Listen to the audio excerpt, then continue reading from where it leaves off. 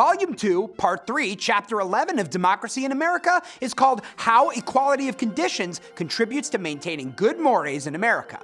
Tocqueville tackles the sensitive topic of marital fidelity.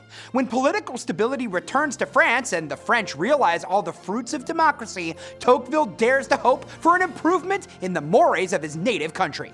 In Chapter 12, How the Americans Understand the Equality of Man and Woman, Tocqueville speculates that democracy, sooner or later, will equalize the currently unequal status of men and women. But readers of this chapter should recognize that Tocqueville does not mean by equality of genders that men and women are identical in their capabilities. Chapter 13, How Equality Naturally Divides the Americans into a Multitude of Particular Little Societies, refutes the unwarranted assumption that democracy results in homogeneity.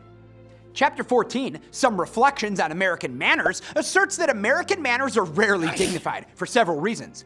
The equality of conditions in democracy tends to blur people's social station, and men in democracies are commonly too mobile to establish a stable code of social graces.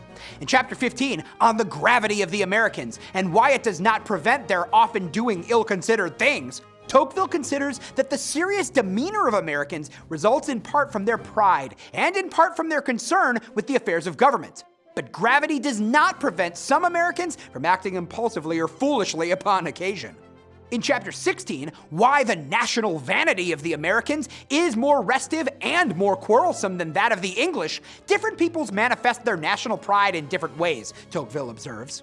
In Chapter 17, How the Aspect of Society in the United States is at once agitated and monotonous, if there are any constant features of life in America, they are mobility, agitation, and change in society. Constant movement becomes, in itself, monotonous, as does the American preoccupation with the love of wealth. And in Chapter 18, On Honor in the United States and in Democratic Societies, Tocqueville discusses various senses of honor. In the United States, with its obsession with making fortunes, a person's honor does not suffer if he goes bankrupt in commerce.